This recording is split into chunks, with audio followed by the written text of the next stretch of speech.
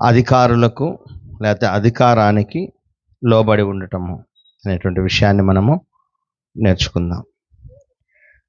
కారణం ఏంటంటే అధికారాలు ఏవి ఉన్నా కానీ అవి దేవుని వలన కలిగేవి.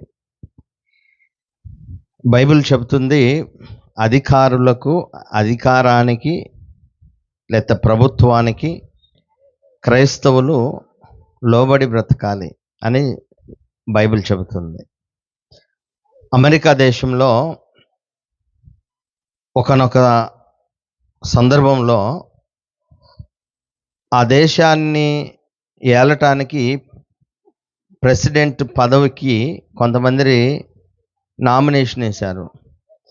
వాళ్ళల్లో ఒక నల్ల జాతి వ్యక్తి కూడా దాన్ని పార్టిసిపేట్ చేశాడు. ఆ నల్లజాతి వ్యక్తి వచ్చినప్పుడు అమెరికాలో ఉన్నటువంటి వాళ్ళందరూ కూడా తెల్లోళ్ళు, అంటే అమెరికాలో ఎక్కువ శాతం తెల్లజాతి వాళ్ళు ఇదేంటి మన దేశాన్ని ఏలటానికి ఒక నల్ల వ్యక్తికి అవకాశం ఇవ్వటం ఏంటి అని చాలామంది వ్యతిరేకించారు. కానీ ఫైనల్గా ఆయనే గెలిచాడు. ఒక నల్లజాతి వ్యక్తి, మీ అందరికీ తెలుసు ఆయన పేరు. ఏం పేరు? బారాక్ ఒబామా అనే ఆయన. సో ఇప్పుడు అధికారాలు లేకపోతే ఆధిపత్యాలు ఏవైనా సరే దేవుని యొక్క చేతిలో ఉన్నాయి, దేవుని యొక్క ఆధీనంలో ఉన్నాయి. మనుషులకు ఇష్టం లేకపోయినా అధికారాలు, ఆధిపత్యాలు అనేవి దేవుడిచ్చేది, ప్రభుత్వం అనేది దేవుడిచ్చేది అనే విషయాన్ని మనం నేర్చుకోబోతున్నాం. అలాగే దానికి మనం ఎలా లోబడి ఉండాలి అనేటువంటి విషయాన్ని కూడా మనం నేర్చుకోబోతున్నాం. మొదటగా పేతురు రాసిన మొదటి పత్రిక 2వ అధ్యాయము 13వ వచనము 14వ వచనాన్ని గమనిస్తే మనము, మనుషులు నియమించు ప్రతి కట్టడకును ప్రభువు నిమిత్తమై లోబడి ఉండండి. రాజు అందరికీ అధిపతి అనియు, నాయకులు దుర్మార్గులకు ప్రతిదండన చేయుటకును సన్మార్గులకు మెప్పు కలుగుటకును రాజు వలన పంపబడిన వారనియు వారికి లోబడి ఉండండి. నాయకులకు లోబడి ఉండాలి. మనుషులు నియమించు ప్రతి కట్టడలు వాళ్ళు ఏదైతే నియమిస్తారో, చట్టం ఏదైతే ఉందో ఆ చట్టానికి లోబడి ఉండాలి. అందరూ లోబడి ఉండాల్సిందే. రాజు అనగా ఎవరైతే ప్రైమ్గా ఉంటాడో, దేశం మొత్తం మీద ఎవరు ప్రైమ్గా ఉంటాడో, లేకపోతే ప్రైమ్ మినిస్టర్ అనుకుందాం, అతను ఏదైతే నియమించి ఏ అధికారులనైతే పంపించాడో ఆ అధికారులకు లోబడి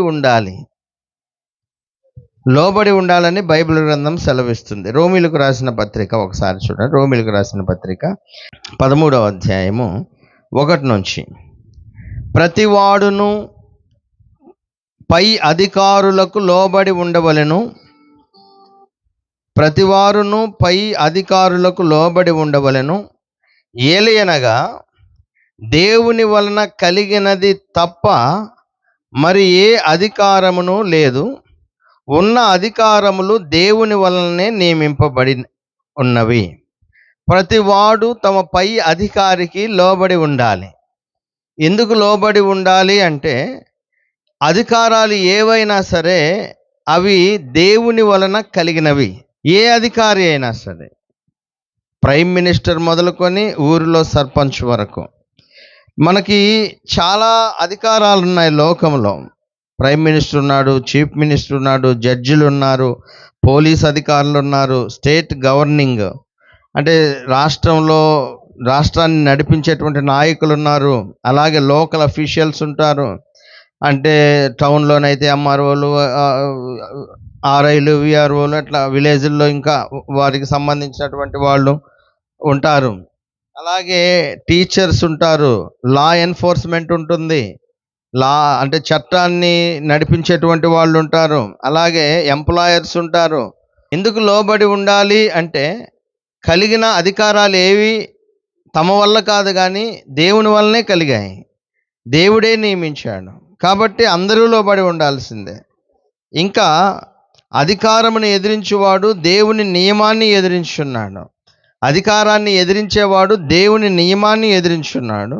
ఎదిరించువారు తమ మీదకి తామే శిక్ష తెచ్చుకుందరు. ఎవరైతే నేను అధికారానికి లోబడనంటారో వాళ్లకు శిక్ష ఉంటుంది.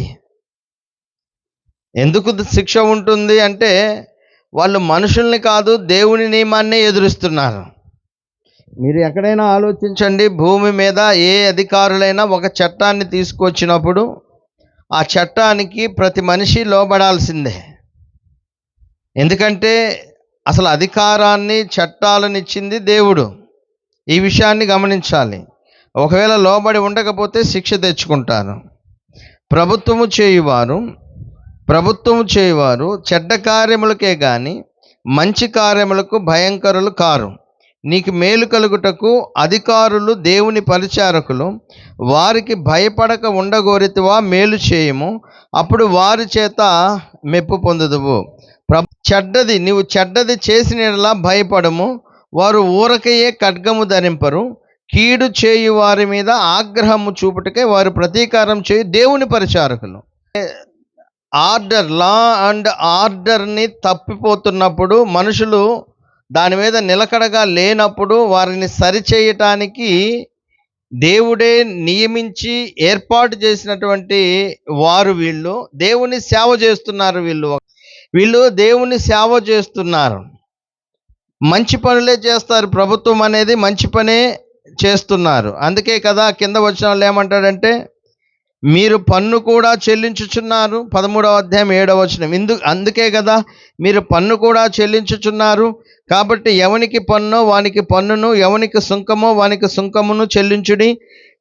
ఎవని ఎడల భయం ఉండవలెనో వాని ఎడల భయమును, ఎవని ఎడల సన్మానం ఉండవలెనో వాని ఎడల సన్మానమును కలిగి ఉండుడి. అందరికీ వారి వారి రుణములను తీర్చండి. ప్రభుత్వము మంచి పనులు చేస్తే ఎవరిని ఏమనరు. చెడ్డ పనులు చేసినప్పుడే అధికారులు శిక్షిస్తారు, దండిస్తారు. కాబట్టి చెడ్డ పనులు చేయొద్దు. శిక్షించేటువంటి వారు, మంచి దారిన పెట్టేటువంటి వారు దేవునికి పరిచర్య చేస్తున్నారు. వాళ్ళు మనకు తెలియని విషయం ఏంటంటే, లా అండ్ ఆర్డర్ని సరిగ్గా పెట్టేటువంటి వాళ్ళు దేవుని పరిచర్య చేస్తున్నారు. వాళ్ళు ఇండైరెక్ట్గా భూమి మీద. ఇప్పుడు ఒక రైట్స్ జరిగినాయనుకోండి, ఒక గుంపు దొమ్మిగా వచ్చి మీ ఇళ్లను తగలబెట్టడానికో ఇళ్ల మీద రాళ్ళు వేయటానికో వచ్చారనుకోండి, వాళ్ళని ఆపగలిగేది ఎవరు? వాళ్ళని ఆపేది ఎవరు? వెంటనే మీరు ఎవరిని ఆశ్రయిస్తారు? భూమి మీద పోలీస్ ఫోర్స్ వాళ్ళు వచ్చి, ఇక్కడైనా సరే దొమ్మీలు జరిగినా, కూనీలకి పోతున్నా, ఇబ్బందులు జరుగుతున్నా పోలీస్ ఫోర్స్ వస్తుంది. అలాగే ఒకవేళ దేశం మీదకి యుద్ధం వస్తే మిలిటరీ ఫోర్స్ ఉంటుంది. మన మీదకి శత్రువులు రాకుండా మిలిటరీ ఫోర్స్ పనిచేస్తారు. అలాగే గతుకులు లేని రోడ్లలో మనం ప్రయాణం చేయడానికి వెళ్తూ ఉన్నప్పుడు ఆ రోడ్లను వేసేది ఎవరు? ప్రభుత్వము. ఆ రోడ్లను వేసేది ఎవరంటే ప్రభుత్వము.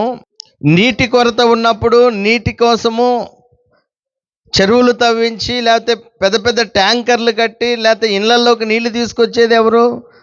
ప్రభుత్వమే. ఒకవేళ పెద్ద పెద్ద తుఫాన్లు వచ్చి ఇబ్బంది వచ్చినప్పుడు ప్రజలకు సహాయాన్ని అందించేటువంటి వాళ్ళు ఎవరు? ప్రభుత్వమే. వికలాంగులకు పెన్షన్లు ఇచ్చేది ఎవరు? ప్రభుత్వమే. లేకపోతే వృద్ధులకు సహాయం చేసేది ఎవరు? పెన్షన్లు ఇచ్చేది ప్రభుత్వమే. బీదవాళ్ళకు రేషన్ ఇచ్చేది ఎవరు? ప్రభుత్వమే. ఇప్పుడు నియమించింది దేవుడే వచ్చి మీకు రేషన్ ఇవ్వడు, దేవుడే వచ్చి రోడ్లు వేయడు, దేవుడే వచ్చి ఇంకొక పని చేయడు. వీళ్ళ ద్వారా దేవుడు ఒక ఆర్డర్ని పెట్టాడు, ఒక నియమాన్ని పెట్టాడు. ఒక ప్రభుత్వం ఉండాలి, ఒక చట్టం ఉండాలి. ఆ ప్రభుత్వం ద్వారా, చట్టము ద్వారా కార్యక్రమాలు జరగాలి. కాబట్టి ప్రభుత్వం అనేది మంచి కోసమే దేవుడు ఏర్పాటు చేశాడు అనేది ప్రతి ఒక్కళ్ళు గమనించాలి. ప్రత్యేకంగా ఎలా లోబడి ఉండాలో చెబుతున్నాడు. వాలంటీర్గా ఎవరికి వాళ్ళు స్వచ్ఛందంగా లోబడి ఉండాలి. అంతేకాదు, ఇది విశ్వాసంతో కూడుకున్నది. ఎందుకు విశ్వాసంతో కూడుకుందంటే, దేవుడే చెబుతున్నాడు దీనిని. నేను చెబుతున్నానా మీకు?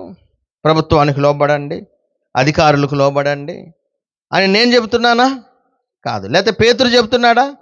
కాదు. పేతురు ద్వారా పరిశుద్ధాత్ముడు రాయిస్తున్నటువంటి మాటలు, దేవుని మాటలు ఇవి. కాబట్టి అధికారానికి లోబడి ఉండాలి, అధికారులకు లోబడి ఉండాలి. మనకు అధికారులు ఏ చట్టం అయితే చేస్తారో ఆ చట్టానికి మనము లోబడి ఉండాలి. ప్రత్యేకంగా క్రైస్తవులు అది వాలంటీర్గా, మనకి స్వచ్ఛందంగా విశ్వాసాన్ని బట్టి.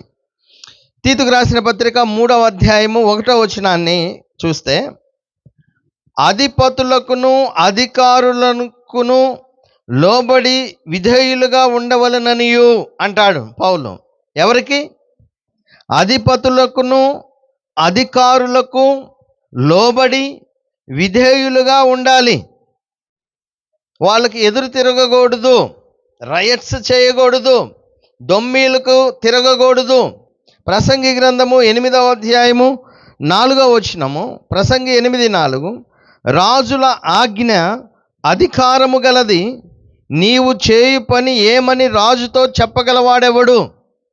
రాజుల యొక్క ఆజ్ఞ లేకపోతే అధికారుల యొక్క ఆజ్ఞ అది అధికారము కలిగింది కనుక నువ్వేం చేస్తున్నావని రాజుతో మనము చెప్పకూడదు. సామెతల గ్రంథం 24వ అధ్యాయము 21వ వచనము, నా కుమారుడా యెహోవాను ఘనపరచుము, రాజును ఘనపరచుము, అలాగు చేయని వారి జోలికి పోకుము. ఎవరెవరిని ఘనపరచాలి?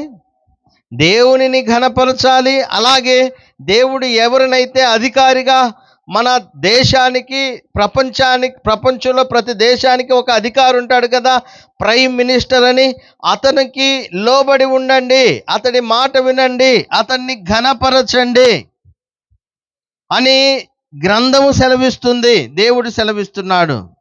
అలా అధికారులకు లోబడని వారికి, అధికారానికి తలంచినటువంటి వారి జోలికి పోవద్దు. దేవునిని కూడా గౌరవించినటువంటి వారి జోలికి పోవద్దు. దేవుణ్ణి ఘనపరచని వారి జోలికి ఎందుకు పోవద్దు అంటే, దేవుని ఘనపరచని వాడికి శిక్ష తెచ్చుకుంటాడు.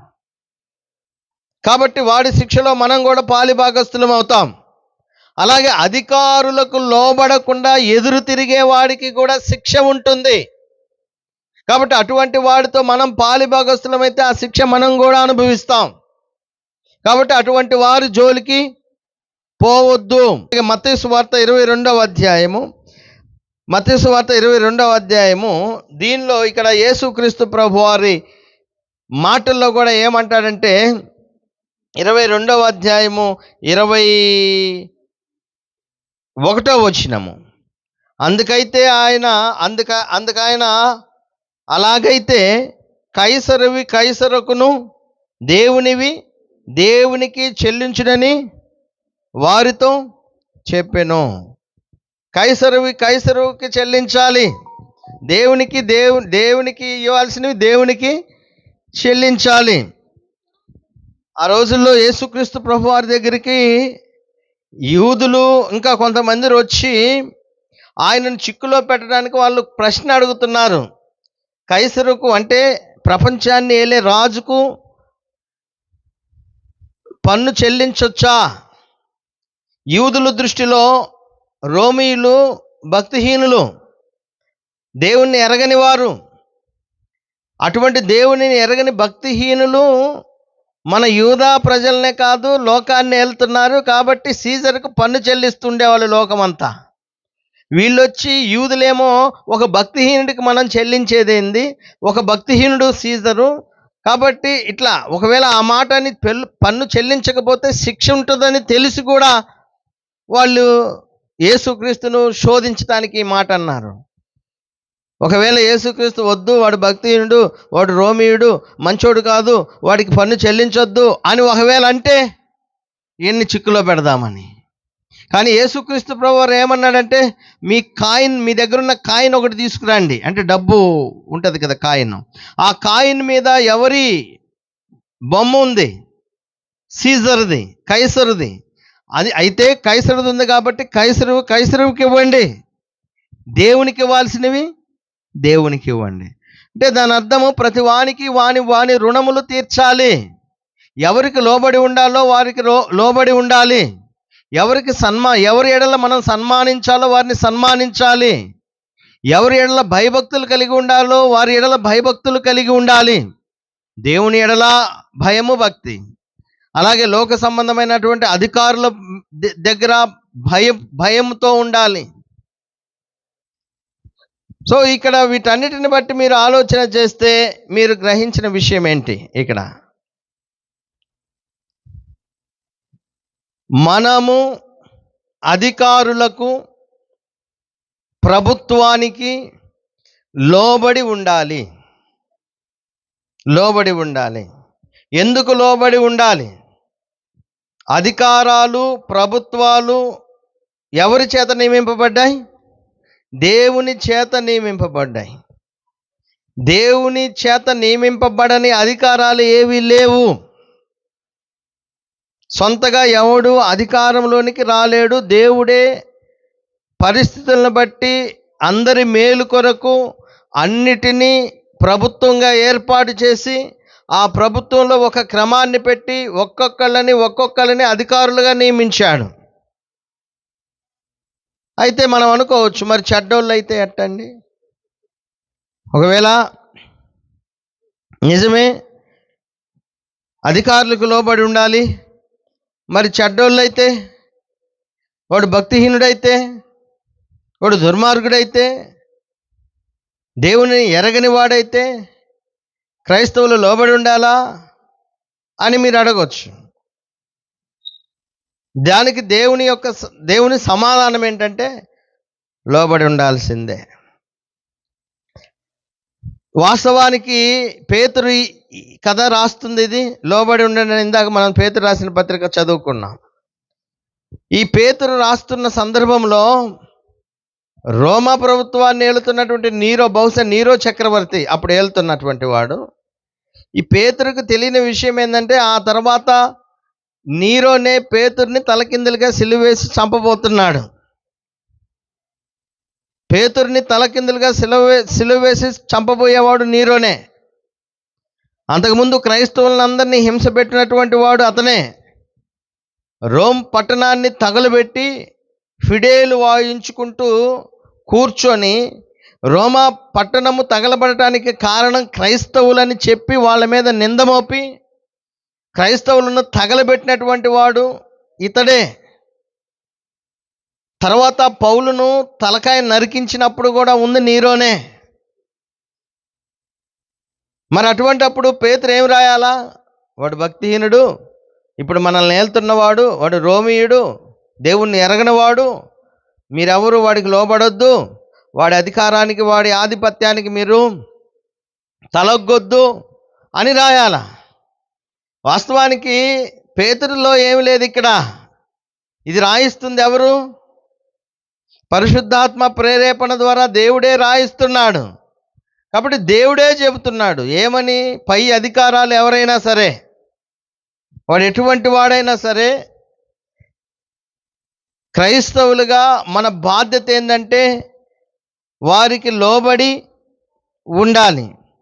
వారికి లోబడి ఉండాలి. బైబిల్లో మీకు చాలా ఉదాహరణలు మనకు బైబిల్లో ఉన్నాయి.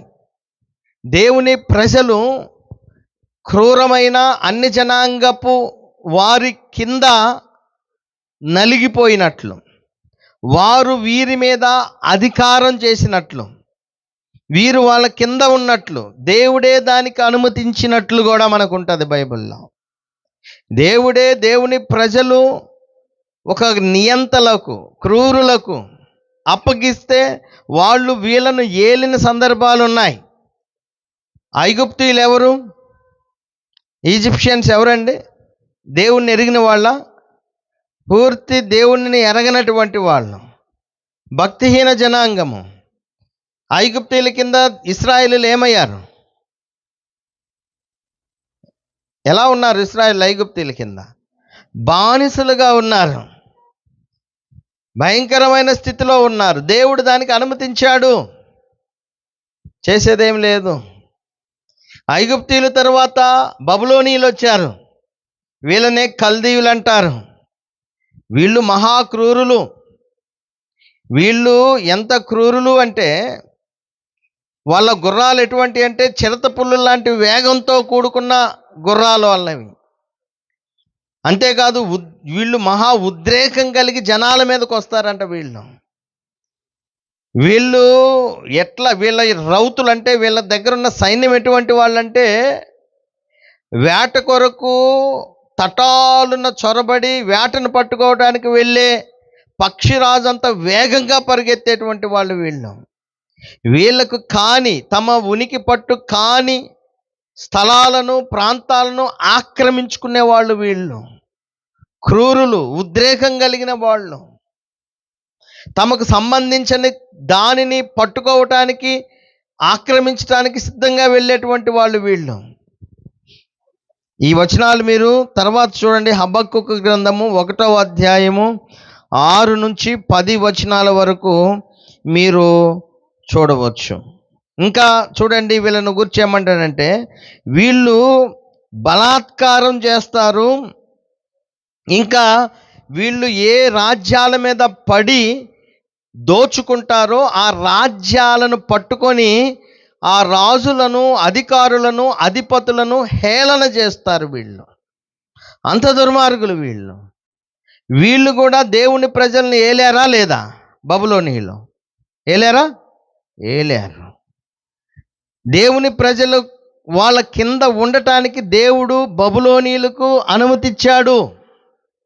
ఆ బబులోనీయుల తర్వాత మాదీయులు వచ్చారు, పారసీకులు వచ్చారు. మరి వీళ్ళేమన్నా తక్కువ వాళ్ళ, వీళ్ళేమన్నా మంచోళ్ళ అంటే వీళ్ళు కూడా మంచోళ్ళు కాదు. మాదీయులను గురించి మీరు ఆలోచన చేస్తే ఒకసారి మీరు లేఖనం చూడండి. మాదీయుల గురించి యెషయా గ్రంథం 13వ అధ్యాయము, యెషయా గ్రంథం 13వ అధ్యాయము 17-18 వచనాలలో వారి మీద అనగా బబులోనీయుల మీద నేను మాదీయులను రేపెదను. దేవుడే రేపుతాడని ఇక్కడ మాట్లాడుతున్నాడు. మాదీయులను రేపెదను, వీరు వెండిని లక్ష్యము చేయరు, సువర్ణము కూడా వారికి రమ్యమైనది కాదు. వీళ్ళు ఎవరి మీదకి యుద్ధానికి వస్తారో, యుద్ధానికి వచ్చినప్పుడు కనీసం వాళ్ళు వెండి బంగారాలు ఇచ్చి మనం సంధి చేసుకుందాం రాండి అంటే మాకు అవసరం లేదు, మాకు వెండి అవసరం లేదు, మీ బంగారం అవసరం లేదు అనే జనాంగాలు వీళ్ళు. ఇంకా వీళ్ళు చూడండి, వారి విండ్లు యవ్వనస్తులను నలగగొట్టును, గర్భఫలమందు వారి జాలిపడరు, పిల్లలను చూచి కరుణింపరు. వీళ్ళు ఎంత క్రూరమైనటువంటి వాళ్ళంటే గర్భఫలము, పిల్లలు కూడా వాళ్ళకి ఎదురుపడ్డారనుకో, ఒకవేళ మనం పిల్లోడిని చూస్తే అరే అరే అని జాలి పడతాం కదా, వాళ్ళు యుద్ధంలో చంపటానికి పిల్లోడు ఎదురొస్తే కూడా వాళ్ళకి జాలి కనికరం కూడా ఉండదు, పిల్లలను కూడా పొడిచి చంపేస్తారు. అటువంటి క్రూరమైనటువంటి వ్యక్తుల యొక్క చేతికి దేవుడు అధికారం ఇస్తే దేవుని ప్రజలు వాళ్ళ కింద కూడా ఉన్నారు. మాదీయ పారసీకుల తర్వాత గ్రీకులు వచ్చారు. గ్రీకు రాజ్యం వచ్చింది. అలెగ్జాండర్ మీ అందరికీ తెలుసు. గ్రీకులు కూడా ఏం తక్కువైన వాళ్ళు కాదు, వాళ్ళు కూడా భయంకరమైన హింస చేసిన వాళ్ళే. ప్రత్యేకంగా ఒకానొక సందర్భంలో BC 168లో గ్రీక్ రాజు ఒక ఆయన అంటియోకస్ IV అనే ఆయన, అంటే 4వ యాంటియోకస్ ఎపిఫానెస్ అనేటువంటి వాడు యెరూషలేము మీదకి దండెత్తి వచ్చి యెరూషలేమును పట్టుకొని క్యాప్చర్ చేసి యెరూషలేము దేవాలయంలోనికి సైన్యములతో పాటు వెళ్ళి యెరూషలేము దేవాలయంలో యాక్చువల్గా యెహోవా దేవునికి ఆరాధన జరుగుతుంది. ఆరాధన ఎలా జరుగుతుందంటే ఒక బలిపీఠం ఉంటుంది. వాస్తవానికి అతి పరిశుద్ధ స్థలంలో దేవుని యొక్క మందసం ఉంటుంది, దేవుని సన్నిధి ఉంటుంది. అక్కడ బయట బలిపీఠం ఉంటే ఆ బలిపీఠం మీద పాప పరిహారార్థము నిమిత్తము ఇశ్రాయేలీలు దేవునికి బలి అర్పించేటువంటి వాళ్ళు. కానీ ఈ రాజు ఇశ్రాయేలీలను పట్టుకున్న తర్వాత మందిరాన్ని కూడా క్యాప్చర్ చేసుకొని మందిరంలో వాళ్ళ దేవత పేరు జిఎస్ అనేటువంటి ఒక దేవత ఉంది. ఆ దేవతను అక్కడ ప్రతిష్ఠించి ఆ మందిరంలో, దేవుని మందిరంలో యెహోవా దేవునికి బలి అర్పణలు జరుగుతుంటే ఇశ్రాయేలీలు చేస్తుంటే వీళ్ళు వచ్చి వాటికి బదులు పందులను తీసుకొచ్చి అక్కడ బలి అర్పణ వాళ్ళ దేవతకు ఇచ్చినట్లు చూస్తాం. అంటే వీళ్ళు ఎంత క్రూరులంటే, యూదులు వాస్తవానికి పొడిపించుకుంటారే కానీ వారి విశ్వాసానికి వ్యతిరేకమైన వాళ్ళు చేస్తే తట్టుకోలేరు. కాబట్టి వాళ్ళ విశ్వాసానికి వేరైనటువంటిది ఏంటంటే, వేరే దేవత బొమ్మను అక్కడ ప్రతిష్ఠించటము, అలాగే ఇశ్రాయేలీలకి హేయంగా పరిగణించబడినటువంటి పందిని తీసుకొచ్చి అక్కడ ఏం చేశాను, బలి అర్పించేటువంటి పరిస్థితి. వీళ్ళు క్రూరులే. వీళ్ళ తర్వాత రోమీయులు వచ్చారు. ఇదంతా చరిత్ర అండి. వీళ్ళ తర్వాత రోమీయులు వచ్చారు. రోమీయులు వీళ్ళకంటే క్రూరులు. వీళ్ళు ఎంత క్రూరులు అంటే, వీళ్ళు ముట్టడి వేసినప్పుడు పిల్లలు పరిస్థితి దారుణమైపోయింది. యేసుక్రీస్తు ప్రభువు ఒక మాట అంటాడు, అమ్మా మీరు నా కోసము ఏడవద్దు, మీకోసము మీ పిల్లల కోసం ఏడవండి అంటాడు. ఎందుకు ఆ మాట అన్నాడంటే, వాళ్ళ మీదకు వచ్చే ఉపద్రవము అంత గొప్పది, వాళ్ళ పిల్లల మీదకు వచ్చేటువంటి ఉపద్రవము అంత గొప్పది. కాబట్టి మీకోసం ఏడవండి, మీ పిల్లల కోసం ఏడవండి. వాళ్ళు ఏం చేశారంటే పిల్లలను కూడా కనికరించరు. వాళ్ళు ఒకానొక సందర్భంలో ఆహారం లేక తల్లులు పిల్లలను చంపుకొని తిన్నారు.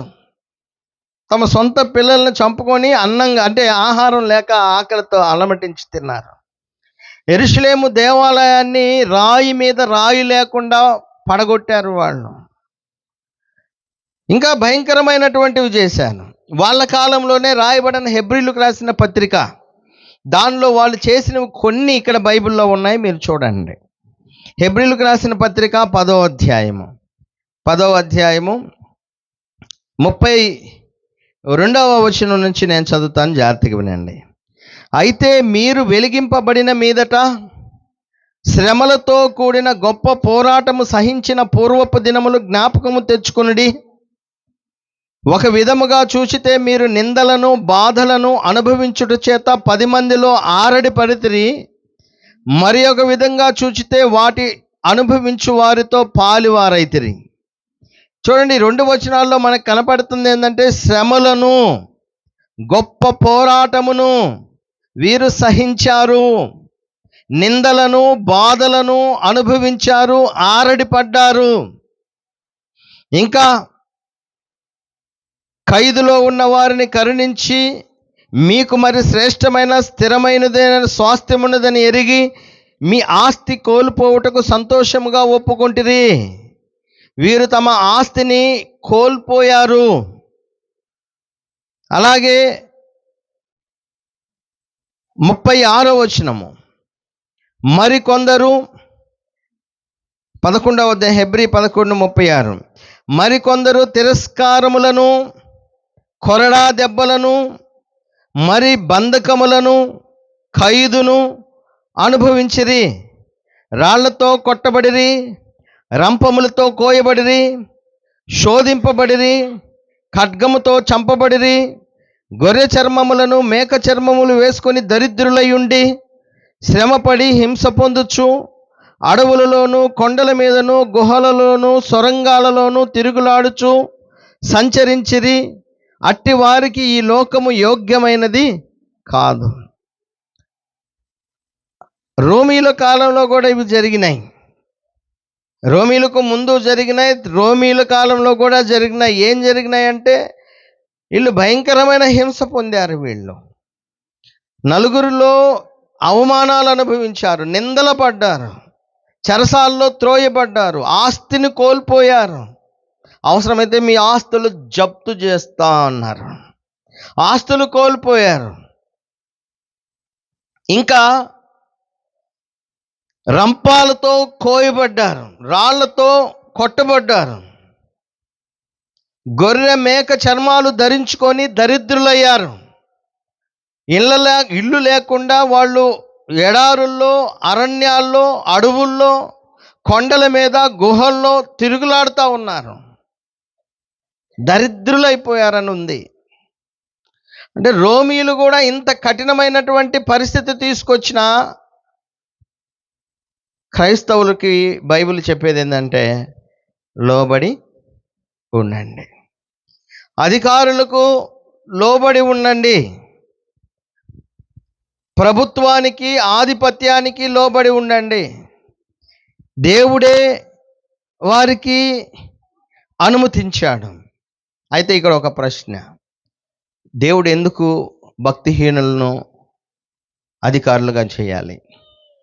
ఎందుకు భక్తిహీనులు ఏలాలి? ఎందుకు ఇంత క్రూరమైనటువంటి వ్యక్తులు దేవుని పిల్లల మీద ఆధిపత్యం చేయాలి? ఏంటి కారణం ఏంటి అని ఆలోచన చేస్తే చాలా కారణాలు ఉంటాయి. అది మనిషికి అర్థం కాదు, మనకు అర్థం కాదు. దేవుడు భవిష్యత్తును ఎరిగినవాడు. ఎప్పుడు ఎలా ఎక్కడ ఏమి చేయాలో దేవునికి బాగా తెలుసు. ప్రతిదానికి ఒక కారణం ఉంటుంది. కారణం లేకుండా దేవుడు ఏది చేయడు.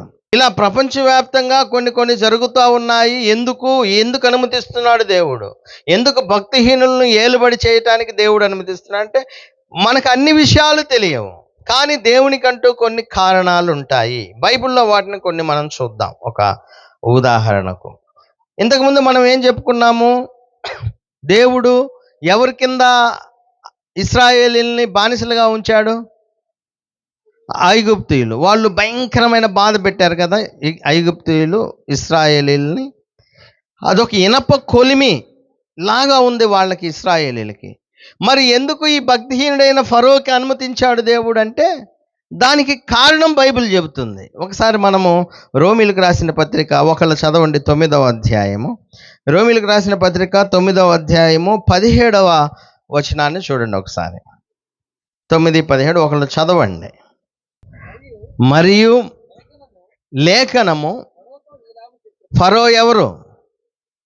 ఐగుప్తు రాజు ఫరోతో ఇలాగ చెబుతున్నది, నేను నీయందు నా బలము చూపుటకును నా నామము భూలోకమంతటా ప్రచురమగుటకును అందు నిమిత్తమే నేను నిన్ను నియమించి తిని. ఇశ్రాయేలీలు ఒక భక్తిహీనమైనటువంటి జనాంగమైన ఐగుప్తు యొక్క చెరలోనికి వెళ్ళి వాళ్ళ చేత బాధ అనుభవించే పరిస్థితిని దేవుడు ఎందుకు తీసుకువచ్చాడు? బైబిల్ లేఖనం మనకు తెలియకపోతే ఎందుకు తెచ్చాడో మనకు తెలిసి ఉండేది కాదు. కానీ లేఖనం ఏం చెప్తుందంటే ఇశ్రాయేలీలు భక్తిహీనులైనటువంటి ఐగుప్తు చెరకు రావాలి. వచ్చినప్పుడు ఫరో హృదయం కఠినపరచబడాలి. ఫరో హృదయం కఠినపరచబడితే ఐగుప్తీయులు ఇశ్రాయేలీలను బాధపరచాలి. ఆ బాధపరచబడినప్పుడు ఐగుప్తీయులకు దేవుని యొక్క బలము, శక్తి తెలియాలి. ఎందుకంటే ఆ రోజుల్లో ఐగుప్తు యొక్క రాజు అయిన ఫరోనే సూపర్ పవర్. అంటే ఫరో అంత బలవంతుడు ఎవడు లేడు అన్నంతగా ఉండేటువంటి రోజులవి. ఇప్పుడు ఫరో కంటే బలవంతుడు ఉన్నాడు. ఫరో కాదు గొప్పోడు. ఫరో కేవలము భూమి మీద అధికారము, ఆధిపత్యము చేస్తున్నాడే కానీ ఈయన మీద ఇంకొక ఆయన ఉన్నాడు, ఈయన కంటే బలవంతుడు ఉన్నాడు, ఆయనే దేవుడు. ఇశ్రాయేలీలు సేవించే యెహోవా శక్తి కలిగిన వాడు అని ఐగుప్తీయులు మాత్రమే కాదు, లోకంలో ఉన్న ప్రతి మనిషి తెలుసుకోవాలనేది దేవుని యొక్క చిత్తం. కాబట్టి ఫరోని అక్కడ పెట్టాను. అందుకే కదా మీరు చూడండి, ఐగుప్తులో నీళ్లు మొత్తం బ్లడ్ అయిపోతే వాటిని మంచి నీళ్ళగా మార్చే శక్తి ఫరోకుందా? లేదు. ఈగలు మొత్తం ఒక గుంపుగా దాడి చేసి వచ్చి ఇశ్రాయేలీల ఇళ్లల్లో కాకుండా ఐగుప్తీయుల ఇళ్లల్లో చొరబడినప్పుడు ఆ ఈగలను ఆపే శక్తి ఫరోకుందా? లేదు, ఫరోకు లేదు. అలాగే వడగండ్లు ఆకాశంలో నుండి కురిసి పడి చెట్లను, కూర మొక్కలను పాడు చేసి, జంతువులు చచ్చిపోయేటట్లు చేస్తే వాటిని వడగండ్లను ఆపగలిగిన శక్తి ఫరోకుందా? లేదు, లేదు. మిడతల దండు గుంపుగా వచ్చి నాశనం చేస్తుంటే దాన్ని ఆపగలిగిన శక్తి ఫరోకుందా? లేదు. ఇళ్ళల్లోకి కప్పలు మొత్తం వచ్చి వాళ్ళు పండుకున్న మంచాల మీద కూడా పారికాడుతూ ఉంటే, నల్లులు వచ్చి మనుషుల మీద, జంతువుల మీద పారికాడుతుంటే వాటిని తీసివేయగలిగిన శక్తి ఫరోకుందా? లేదు. ఐగుప్తీయుల యొక్క తొలిచూలు పిల్లలు చచ్చిపోతూ ఉంటే చావకుండా ఆపగలిగిన శక్తి ఫరోకుందా? లేదు. సముద్రంలో వాళ్ళ సైన్యం మునిగి చస్తా ఉంటే ఆ సైన్యాన్ని కాపాడుకునే శక్తి ఫరోకుందా? లేదు. కాబట్టి ఫరోకు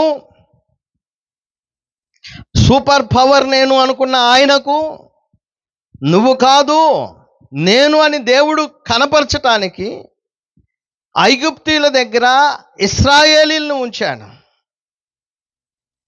బానిసలుగా. తర్వాత దేవుడు తన శక్తి తన ద్వారా తెలియపరచాలనేది దేవుని యొక్క సంకల్పం. అందుకే ఒకనొక సందర్భంలో కనానును చూడటానికి వేగులు వాళ్ళు వెళితే అక్కడ ఒక వేశ్య ఉంది, స్త్రీ. ఆమె పేరేంటి? రాహాబు. ఆమె అంటుంది, మీ దేవుణ్ణి గూర్చి మేము విన్నాము, మాకు కూడా వినపడింది. ఐగుప్తీయుల ఎడల మీ దేవుడు చేసినటువంటి కార్యాలకు మాకు వినబడ్డప్పుడు మా గుండెలు అదిరిపోయినాయి, సమసిపోయినాయి మా గుండెలు. అంటే దేవుని యొక్క శక్తి ఐగుప్తీయులకు మాత్రమే కాదు, మిగతా జనాలకు కూడా దేవుని యొక్క శక్తి తెలియాలి. కాబట్టి దేవుడు ఆ సందర్భాన్ని అలా పెట్టాడు. మరి బబులోనీయుల కింద ఎందుకు చెరలో ఉండాలి దేవుని ప్రజలు? దేవుని ప్రజలు బబులోనీయుల చెర కిందకి ఎందుకు పోవాల్సి వచ్చింది? ఆ సందర్భంలో ఆ రోజుల్లో ఇర్మియా ప్రవక్తగా ఉండేవాడు. బబులోనీయులు యెరూషలేము మీదకి రాకముందు ఇర్మియా ప్రవక్తగా ఉండేవాడు. ఎందుకు బబులోనీయులు రావాల్సి వచ్చిందంటే ఇశ్రాయేలీలు భక్తిహీనత, ఇశ్రాయేలీల యొక్క దుర్మార్గత, దేవునికి వ్యతిరేకంగా ఇశ్రాయేలీలు బ్రతుకుతున్నారు. కాబట్టి ఈ ఇశ్రాయేలీలకు బుద్ధి రావాలి, సిగ్గు కలగాలి. దేవుణ్ణి మర్చిపోయిన ఈ జనాలు తిరిగి దేవుని తట్టు తిరగాలి. కాబట్టి వీళ్ళకి ఊరకనే వదిలిపెట్టకూడదు, వీళ్ళకి శిక్ష పడాలి. స్వేచ్ఛ స్వతంత్రత ఇస్తే వీళ్ళకి అర్థం కావట్లేదు, బానిసత్వం అంటే ఏంటో వీళ్ళకి తెలియాలి, సిగ్గు రావాలి వీళ్ళకు. కాబట్టి బబులోను రాజును దేవుడు లేపాడు. మిగతా అబద్ధ ప్రవక్తలంతా ఏమన్నారంటే, మీకేం కాదు, దేవుడు మన పక్షాన ఉన్నాడు, మీకేమి కాదు. ఈరోజు అంటున్నాం కదా, దుర్మార్గం చేసినా, భక్తిహీనత చేసినా, చెడు పనులు చేస్తున్నా, మందిరానికి వచ్చి నీచమైన కార్యాలు చేస్తున్నా మీకేం కాదు, దేవుడు మిమ్మల్ని ఆశీర్వదిస్తాడు అనేటువంటి బోధలు కాదు. అలా అన్న వాళ్ళను ఆ రోజుల్లో అబద్ధ బోధకులు, అబద్ధ ప్రవక్తలు అన్నాడు. కానీ ఇర్మియా ఏమన్నాడో తెలుసా? రాజు మీ మీదకి వస్తాడు, మీరు లోబడి ఉండాలి, మీరు అతనికి లోబడి ఉండాల్సిందే. లోబడకపోతే చాలా తీవ్ర పరిణామాలు ఎదుర్కోవాలి. వాటిలో ఏంటి అంటే మీ కళ్ళు ఊడబేగుతాడు. సిద్కియా కళ్ళు ఏం చేశాడు? బబులోను రాజు వచ్చి ఊడ పీకేశాడు, సజీవంగానే కళ్ళు పీకేశాడు రాజును. భయంకరమైనటువంటి హింసకి సిగ్గు రావాలి, బుద్ధి రావాలి, తెలివి రావాలి. దేవుడిచ్చిన స్వతంత్రాన్ని మనం నిర్లక్ష్యం చేస్తున్నాం. అయ్యో బానిసత్వ బతుకిది, మనం ఇది కాకూడదు, మనం దేవుణ్ణి అనుసరించాలి అని చెప్పటానికి దేవుడు వాళ్లకు అనుమతించాడు. తర్వాత పారసీకులు, మాదే పారసీకులు అంటారు కదా. మరి పారసీకులకు దేవుడు ఎందుకు ఏలటానికి అనుమతించాడు? ఎందుకు దేవుడు పారసీకులకు ఏలటానికి అనుమతించాడంటే 2వ దినవృత్తాంతాలు 36వ అధ్యాయము 22వ వచనము, ఎజ్రా గ్రంథము 1వ అధ్యాయము 1వ వచనము, యెషయా గ్రంథము 44వ అధ్యాయము 28వ వచనం. వీటిల్లో ఒక వచనాన్ని చెప్తాను నేను. 2వ దినవృత్తాంతాలు 36:22. పారసీక దేశపు రాజైన, ఇక్కడ పారసీకపు రాజు కోరేషు ఏలుబడియందు మొదటి సంవత్సరమున ఇర్మియా ద్వారా పలకబడిన తన వాక్యమును నెరవేర్చుటకై, ఇది గుర్తుపెట్టుకోండి, ఇర్మియా ద్వారా పలకబడిన తన వాక్యము నెరవేర్చబడుటకై ఏం జరిగింది? యెహోవా పారసీక దేశపు రాజైన కోరేషు మనస్సును ప్రేరేపింపగా అతడు తన రాజ్యమందంతటా చాటించి వ్రాతమూలంగా ఇట్లు ప్రకటన చేసెను. ఇక్కడ మరి పారసీకులను ఎందుకు దేవుడు అనుమతించాడు అంటే, బబులోనీయులు చెరకు వెళ్ళేటప్పుడు దేవుడు ఇశ్రాయేలీలతో చెప్పాడు ముందుగానే ప్రవక్త అయిన ఇర్మియా ద్వారా. ఏమనంటే 70 సంవత్సరాలు మీరు చెరలోకి వెళ్ళిపోతారు, ఆ తర్వాత నేను ఒక రాజును రేపుతాను, అతడి పేరు కోరేషు. అంటే కోరేష్ అనే చక్రవర్తి ఇంకా పేరు పుట్టక ముందే దేవుడు ముందుగానే పేరుతో సహా ఇర్మియా ద్వారా ప్రవచింపజేస్తే, ఆ ప్రవచనము నెరవేర్చబడటానికి దేవుడు పారసీకులను తీసుకొచ్చి, ఆ పారసీకుల్లో నుండి ఒక రాజును తీసుకొస్తే, ఆ కోరేష్ అనే రాజు యొక్క హయాములో ఇశ్రాయేలు బబులోను చెరలో నుండి విడుదలయ్యి తమ సొంత దేశానికి వచ్చారు. కాబట్టి దేవుడు వాళ్ళకి ఎందుకు అనుమతించాడంటే, తన వాక్యాన్ని ఏం చేయడానికి? నెరవేర్చటానికి. తను ఏదైతే చెప్పాడో ప్రవచనమో, ఆ ప్రవచనపు నెరవేర్పు కోసం దేవుడు అక్కడ వాళ్ళను ఉంచాడు. కాబట్టి ఇలా మనం చూస్తా పోతే ప్రతిదానికి దేవునికి కొన్ని కారణాలు ఉంటాయి. కాబట్టి ఈ వ్యక్తిని ఎందుకు దేవుడు నియమించాడు? ఇది భక్తిహీనుడు కదంటే దేవుడికి కారణం ఉంటుంది. ఫరోని ఎందుకు నియమించాడంటే దేవునికి కారణం ఉంది. కోరేషుని ఎందుకు దేవుడు రేపాడంటే దేవునికి కారణం ఉంది. బబులోను రాజుని ఎందుకు దేవుడు రేపాడంటే దానికి కారణం ఉంది. ఈరోజు ప్రపంచాన్ని లేకపోతే దేశాన్ని ఏలటానికి ఒక ఆయన ఎందుకు ఎన్నుకున్నాడంటే దేవునికి కారణం ఉంది. సో లోకంలో అధికారాలు, ఆధిపత్యాలు ఏవైనా ఎవరి వల్ల కలుగుతాయి? దేవుని వల్ల మాత్రమే కలుగుతాయి. దానికి మనం ఏం చేయాలి? లోబడి ఉండాలి. దేన్ని బట్టి? భయంతో కాదు, దేవుని యొక్క మనస్సాక్షిని బట్టి, విశ్వాసంతో. దేవుని వాక్యం చెబుతుంది మనల్ని లోబడమని. కాబట్టి ఒక్కొక్కసారి మనల్ని ఏలటానికి దేవుడు భక్తిహీనులకు అనుమతిస్తాడా? ఇస్తాడు. ఎందుకు ఇస్తాడు? దానికి చెప్పండి, ఎందుకు ఇస్తాడు? దానికి రకరకాల కారణాలు ఉంటాయి. ఆ కారణం మనకు తెలియదు. మనకు తెలిసిందేంది? లోబడి ఉండాలి. అధికారానికి ఏం చేయాలి? లోబడి ఉండాలి, విశ్వాసాన్ని బట్టి. అయితే ఇంకొకటి మిమ్మల్ని అడుగుతాను. ఒకవేళ వీళ్ళు చట్టాలను అంటే చెడు చట్టాలను మన మీదకు అంటే క్రైస్తవుల మీదకు తీసుకొస్తే అప్పుడు కూడా లోబడాలా? ఇది ఒక ప్రశ్న. దీన్ని చెప్పే ముందు మిమ్మల్ని ఒక ప్రశ్న వేస్తా. అదేంటంటే, చరిత్రలో దేవుని ప్రజలు హింస పొందుతున్నప్పుడు ఆ హింస ప్రభుత్వపు చట్టాలను ఉల్లంఘించటం వల్ల పొందారా, లేకపోతే వాళ్ళ విశ్వాసానికి వ్యతిరేకమైన చట్టాలు తీసుకువస్తే వాటికి లోబడకపోవటం వల్ల పొందారా? నా ప్రశ్న మీకు అర్థమైందా? అర్థం కాలా? చెప్తా. ఉదాహరణకు, ప్రభుత్వం ఒక చట్టం తీసుకొచ్చింది అనుకుందాం.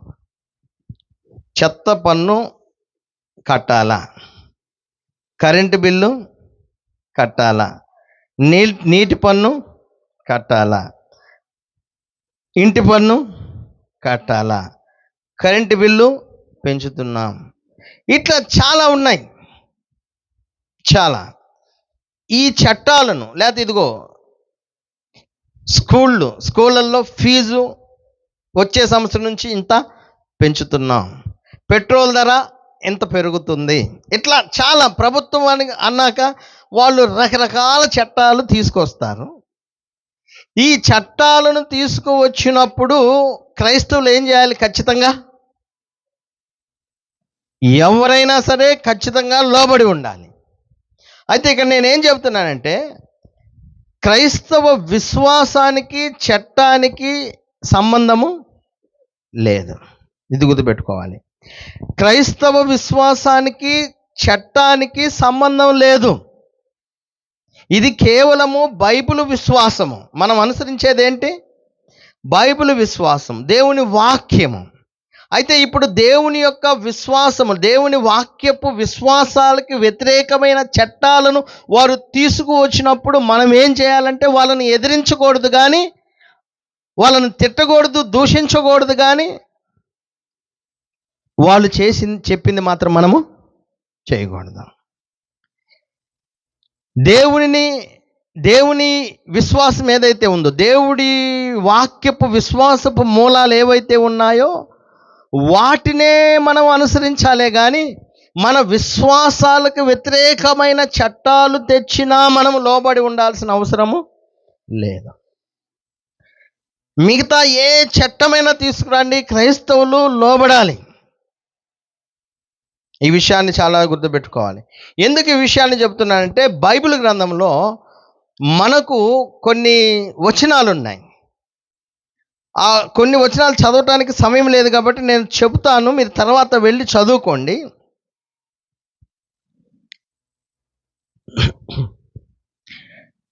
షద్రకు, మెషాకు, అబేద్నెగో అనేటువంటి వాళ్ళ కాలంలో బబులోనులో దానియేలు ఉన్నటువంటి సమయంలో బబులోనులో ఒక చట్టం తీసుకొచ్చారు వాళ్ళు. ఆ చట్టం ఏంటంటే, దూరాయను మైదానంలో ఒక పెద్ద ప్రతిమను ఏర్పాటు చేస్తాం, రకరకాలైనటువంటి వాయిద్యాలు వాయించబడినప్పుడు ప్రజలందరూ వచ్చి దాని ముందు సాగిలపడి నమస్కారం చేయాలి. అది చట్టం.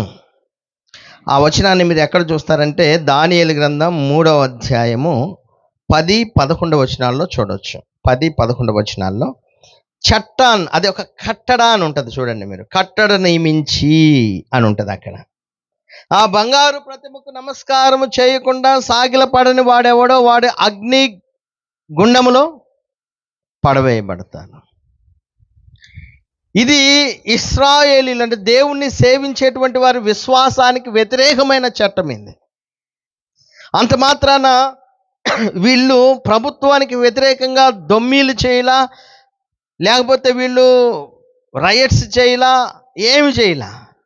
వీళ్ళు సింపుల్గా ఏం చేశారంటే, దీన్ని మేము చేయలేము, అవసరమైతే మీరు మమ్మల్ని చంపేసేయండి. అంటే అగ్నిగుండంలో పడటం అంటే ఏం చేయటం? చంపేయటమే కదా. కాబట్టి మీరు చంపేయండి రాజా, మీరు చంపితే చంపండి, కానీ మేము మాత్రము దానికి నమస్కారం చేయము. ఒకటి అంటే అది మా విశ్వాసము, మేము అనుసరించే దేవుని యొక్క చట్టము, కాబట్టి మేము ఆ పని చేయలేము. మరొక సందర్భంలో మరొక చట్టాన్ని తీసుకొచ్చారు. దానియేలు గ్రంథం 6వ అధ్యాయం 8, 9, 10 వచనాలలో శాసనము, ఇది ఒక శాసనము. ఆ శాసనం మీద సంతకం చేశాడు రాజు. ఏం శాసనం అంటే, మరి కొన్ని రోజుల వరకు ఎవ్వరు కూడా ఏ దేవుడి దగ్గర ప్రార్థనలు విచారణ చేయకూడదు. ఏదైనా ప్రార్థించాలంటే విచారణ చేయాలంటే రాజుకే చెప్పాలి. ఇది దేవుని ప్రజల విశ్వాసాలకి వ్యతిరేకమైన చట్టం. సరే, ఈ శాసనం తెచ్చినప్పుడు దానియేలు కానీ మిగతా వాళ్ళు కానీ వ్యతిరేకంగా ఏమైనా చేశారంటే ఏం చేయాల? వాళ్ళు ఏం చేయాల? ఏం అంటే వ్యతిరేకంగా ఏమి చేయలా. కాకపోతే అది విశ్వాసానికి, దేవుని యొక్క వాక్యపు విశ్వాసానికి వేరుగా ఉంది కాబట్టి మేము దానిని చెయ్యము. అవసరమైతే సింహపు బోనుల్లో అయినా పడవేయబడతామేమో కానీ మా దేవునికి ప్రార్థన చేయకుండా మేము ఉండలేము అని చెప్పటానికి దానియేలు తన గదిలోనికి వెళ్ళి ప్రతి దినము ఏం చేశాడు? దేవునికి ప్రార్థన చేశాడు. కాబట్టి చట్టమే, కానీ విశ్వాసానికి వేరైన చట్టాలు వస్తే ప్రభుత్వాన్ని మనం ఏమీ ఎదిరించం. అలాగని మన దేవుని యొక్క విశ్వాసాన్ని కూడా మనము ఎదిరించలేము. కాబట్టి ప్రభుత్వానికి లోబడాలి. వారు విధించే శిక్షకైనా మనము అప్పగించుకోవాలే కానీ మన విశ్వాసాన్ని మాత్రం మనము ఏం చేయకూడదు? విడిచిపెట్టకూడదు. ఇది చాలా చాలా కష్టం. అయినా కానీ మనకంటే ముందున్న గొప్ప విశ్వాసులు త్యాగాలు చేశారు, తమ విశ్వాసాన్ని వ్యక్తపరిచారు. వారి మీదకు ఉపద్రవాలు, కష్టాలు, శ్రమలు, నిందలు, అవమానాలు, భయంకరమైన చట్టాలు వచ్చినప్పటికి కూడా వాళ్ళు తమ విశ్వాసాన్ని అలాగే కాపాడుకున్నారు. మనం కూడా మన విశ్వాసాన్ని అలాగే ఏం చేయాలి? కాపాడుకోవాలి. లిటరల్గా ఇంచుమించు 10 మంది రోమా చక్రవర్తులు క్రైస్తవులను హింస పెట్టారండి. ఒకటి తర్వాత ఒకడు, ఒకటి తర్వాత ఒకడు, ఒకటి తర్వాత ఒకడు, ఒకటి తర్వాత ఒకడు. అనుకోవచ్చు, ఒరే ఒక భక్తిహీనుడు పోయాడులే, ఇంకొకడు మంచోడు వస్తాడంటే వాడు మంచోడు లేడు, వాడు పోయాడు అనుకుంటే ఇంకొకడు వచ్చాడు, వాడు పోయాడంటే ఇంకొకడు వచ్చాడు. పేర్లతో సహా ఇక్కడ ఉన్నాయి చరిత్రలో. Nero, Vespasian, Domitian, Trajan, Hadrian, Marcus Aurelius, Maximinus, Decius, Valerian, Diocletian, వీళ్ళందరూ రాజులండి. ఒకటి తర్వాత క్రైస్తవులను హింస పెట్టడానికి వచ్చారు. అయినా కానీ క్రైస్తవులు ఏం చేయాల? హింస పెట్టినా కానీ విశ్వాసాన్ని విడిచిపెట్టలేదు. ఎందుకంటే వాళ్ళు ఏమంటారంటే, నీరోనే దేవుడు అని ఒప్పుకోండి, ప్రభు అని ఒప్పుకోండి. మనకు ప్రభు ఎవరు? యేసుక్రీస్తు. మనకు దేవుడు యెహోవా దేవుడు, ఒక్కడే దేవుడు. కానీ వాళ్ళు అత కాదు, నీరో దేవుడు అంటే ఒక మనిషి దేవుడు అని ఒప్పుకోండి, మీరేం చేయాల్సిన అవసరం. నీరో దేవుడు అని ఒప్పుకోండి, యేసు ప్రభు అని అనొద్దు మీరు, అంతే. కానీ వాళ్ళు దాన్ని చేశారా? చేయలే. దానికోసం చంపబడ్డారు, హింస పొందారు. ఇంచుమించు 10 మంది రాజులు వచ్చిన అంతే దారుణమైన హింస పెట్టినా కానీ క్రైస్తవులు నిలబడి ఉన్నారు. నాడు మనం కూడా అలాగే ఉండాలి. చివరిగా ఒక విషయాన్ని చెప్పి నేను ముగిస్తా, సమయం లేదు, ఇంకా చాలా ఉన్నాయి. అంటే మంచి రాజులు, మంచి పరిపాలన, చెడ్డ పరిపాలన. మంచి పరిపాలన ఎలా చేయాలి అంటే, మంచి పరిపాలన చేస్తే రాజులు మనం ఎలా ఉంటాం, మన ప్రాంతాలు ఎలా ఉంటాయి, మన దేశం ఎలా ఉంటుంది. చెడ్డ పరిపాలన చేస్తే రాజులు, మన ప్రాంతం ఎలా ఉంటుంది, మనం ఎలా ఉంటాం, మన దేశం ఎలా ఉంటుంది అనేది బైబిల్ స్పష్టంగా చెప్పింది. కాబట్టి బైబిల్ ఒక మాట అంటుంది, అందరి కొరకు ప్రార్థన చేయండి. ఎవరి కొరకు ప్రత్యేకంగా? 1 తిమోతి 2వ అధ్యాయం 1 నుంచి, మనం నెమ్మదిగాను, మనం సంపూర్ణ భక్తియు మాన్యత కలిగి నెమ్మదిగాను సుఖంగాను బ్రతుకు నిమిత్తం అన్నిటికంటే ముఖ్యంగా మనుషులందరి కొరకును, రాజుల కొరకును, అధికారులందరి కొరకును విజ్ఞాపనలు, ప్రార్థనలను, యాచనలను, కృతజ్ఞతా స్తుతులు చేయవలనని హెచ్చరించుచున్నాను. ఇది మంచిది, మన రక్షకుడకు దేవుని దృష్టికి అనుకూలమునదై ఉన్నది. ఆయన మనుషులందరూ రక్షణ పొంది సత్యమును గూర్చిన అనుభవ జ్ఞానము గలవారై ఉండవలనని ఇచ్చేయించుచున్నాడు. మనం అందరి కొరకు ప్రార్థన చేయాలి. వాళ్ళలో రాజులు ఉంటారు, అధికారులు ఉంటారు, అధిపతులు ఉంటారు, నాయకులు ఉంటారు. అందరి నాయకులు కూర్చొని ప్రార్థన చేయాలి మనం. ఎందుకంటే దేవుడు వారి మనసులు మార్చాలని. ఒకవేళ చెడ్డవాళ్ళు అయితే దేవుడు వారి మనసులు మార్చాలని. మనం సుఖంగా నెమ్మదిగా బ్రతకాలని. మనం సుఖంగా నెమ్మదిగా బ్రతకటానికి ఆ రాజులకు దేవుడు మంచి మనసు ఇచ్చి దేవుని పిల్లలకు వ్యతిరేకమైన చట్టాలు ఏమీ చేయకుండా ఉండటానికి మనము మంచి రాజుల కొరకు, అధికారుల కొరకు, అధిపతుల కొరకు ప్రార్థన చేయాలి. అప్పుడు మనకి మేలు. బహుశా వాళ్ళు కూడా రక్షణ పొందుతారేమో తెలియదు. ఏం పొందలేదా చరిత్రలో? రోమా రాజులు 10 మంది దుర్మార్గుల తర్వాత ఒక రాజు మారిపోయాడు, చరిత్ర చెబుతుంది. రోమా చక్రవర్తే మారిపోతే ఎవడైనా మారిపోతాడు. దేవునికి అసాధ్యమైనది ఏది లేదు. కాబట్టి క్రైస్తవులు చేయాల్సింది ఏంటంటే ప్రార్థన చేయాలి. చివరిగా అసలు అధికారాలు, ఆధిపత్యాలు, గొప్పతనము ఇవన్నీ ఎవరివి? ఒక మాట ప్రసంగి గ్రంథం ఒకసారి మీరు చూడండి. ప్రసంగి గ్రంథము 5వ అధ్యాయము 8వ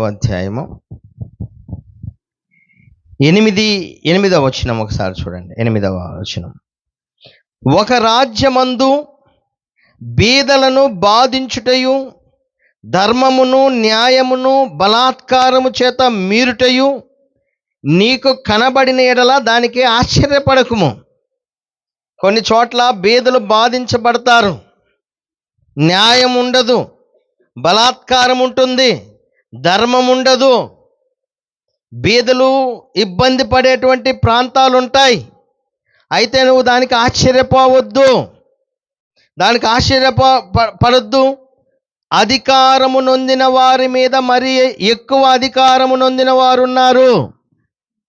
చూడండి, అధికారము నొందిన వారి మీద మరి ఎక్కువ అధికారము నొందిన వారు ఉన్నారు, మరియు మరి ఎక్కువైన అధికారం నొందిన వాడు వారికి పైగా ఉన్నాడు. ఇది చూడండి మీరు. ఇప్పుడు ఒక కానిస్టేబుల్ ఉదాహరణ చెప్తున్నా. మీకు అన్యాయం చేశాడు అనుకుందాం. ఎస్ఐ దగ్గరకు పోయావు, ఎస్ఐ అన్యాయం చేశాడు. సిఐ దగ్గరకు పోయావు, అన్యాయం చేశాడు. డిఎస్పీ దగ్గరకు పోయావు, అన్యాయం చేశాడు. ఐజీ దగ్గరకు పోయావు, అన్యాయం చేశావు. హోమ్ మినిస్టర్ దగ్గరకు పోయాడు, అన్యాయం చేశాడు. మంత్రి దగ్గరకు పోయావు, అన్యాయం చేశాడు. ప్రైమ్ మినిస్టర్ దగ్గరకు పోయావు, అన్యాయం చేశాడు. సుప్రీంకోర్టుకి వెళ్ళావు, హైకోర్టుకి వెళ్ళావు, అన్యాయం జరిగింది. సుప్రీంకోర్టుకి వెళ్ళావు, అన్యాయం జరిగింది. ఇప్పుడు ఎందుకు ఒకదాని మీద ఒకరి దగ్గరికి ఎందుకు పోతున్నావు? దీని అర్థం ఏంటి? ఒకళ్ళ మీద ఒకళ్ళకి అధికారము దేవుడే పెట్టాడు. ఇది ఒకళ్ళ మీద ఒకళ్ళకి దేవుడే అధికారం పెట్టాడు. అక్కడ కూడా న్యాయం జరగకపోతే సుప్రీంకోర్టుకు మించిన అధికారం ఉంది. ఎవరా ఇది? ఎవరండి? దేవుడే. అదే అక్కడ చెబుతుంది. వీళ్ళన్నిటికీ మించిన అధికారం ఉంది. ఆయనే సృష్టికర్త అయిన దేవుడు. కాబట్టి ఇక మనం దేనికి ఇబ్బంది పడాల్సిన అవసరం లేదు. అంటే ఒక అధికారిని ఆయన. అందుకే కీర్తన గ్రంథం ఏముందో తెలుసా? దేవుణ్ణి స్తుతించండి, యెహోవాను ఘనపరచండి అని చెబుతూ, జనులారా, అధిపతులారా, రాజులందరూ ఎవరిని కనపరచాలి?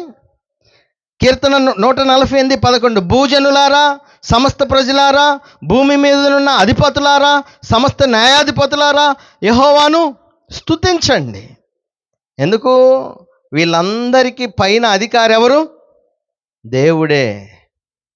అందుకే ఒక రాజు ఉన్నాడండి, నెబుకద్నెజర్ అనే రాజు. ఆయన తన బబులోను పట్టణంలో తన రాజధాని నగరంను చూసుకొని, ఆహా, ఇది నా బలాన్ని బట్టి, నా పరాక్రమాన్ని బట్టి, నా అధికారాన్ని బట్టి ఇంత చేశాను అని అనుకుంటే, దేవుడు ఏం చేశాడంటే గద్దె దించి గడ్డిని మేపించాడు. గర్వం అణిచి గద్దెను దించి గడ్డిని మేపించాడు. గడ్డిని మేపించిన తర్వాత మరలా అతడికి మానవ బుద్ధి వచ్చింది. మరలా దేవుడు అతనికి మరలా స్వస్థత ఇచ్చినప్పుడు, మంచి బుద్ధి వచ్చినప్పుడు, అప్పుడు తను ఒక విషయాన్ని మాట్లాడుతున్నాడు. ఈ విషయాన్ని చెప్పి నేను ముగించేస్తా, జాగ్రత్తగా వినండి. ఆయన ఏం మాట్లాడుతున్నాడు? ఒక రాజు, నేనే గొప్పవాడిని అనుకున్న వాడిని దేవుడు గద్దె దించి గడ్డి మేపించిన తర్వాత,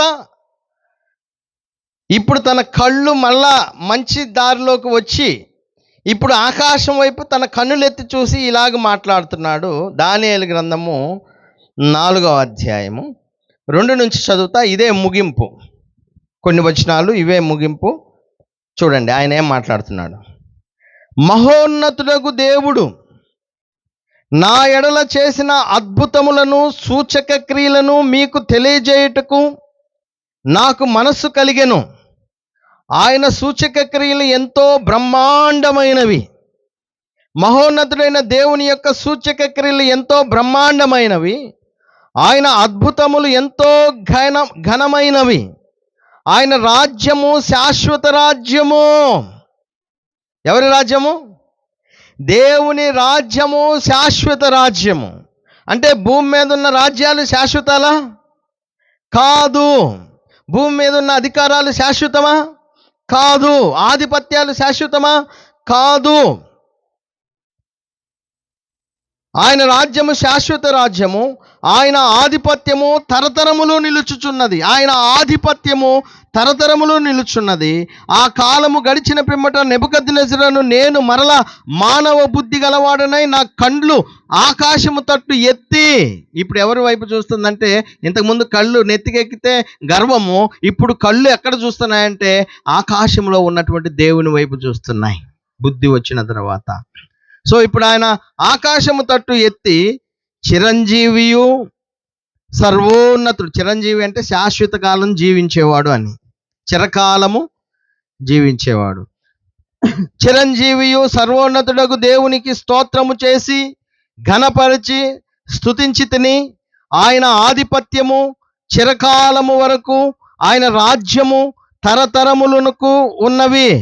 భూనివాసులందరూ ఆయన దృష్టికి ఎన్నికకు రానివారు.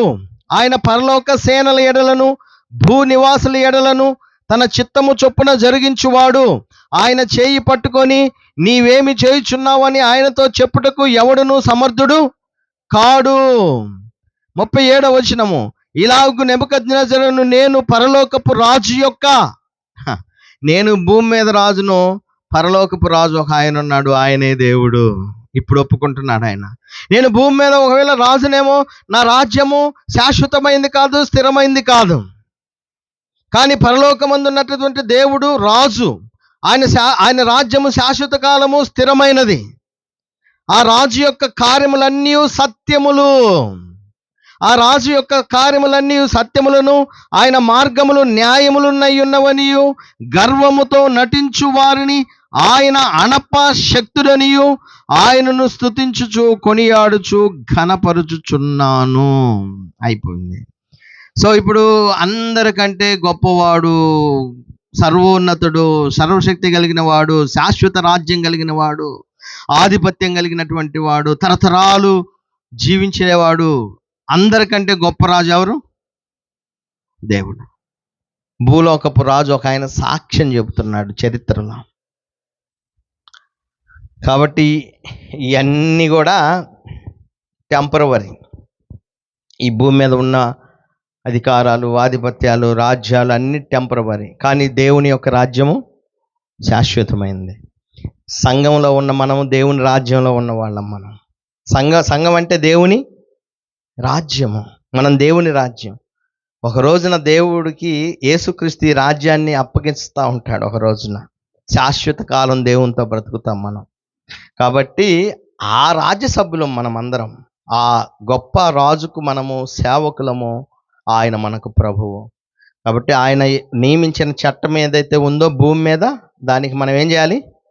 లోబడి దేవునిని బట్టి జీవించాలి. దేవుడు అట్టి స్థితి మనందరికీ దయచేయునుగాక. మీ అందరికి కూడా హృదయపూర్వకమైన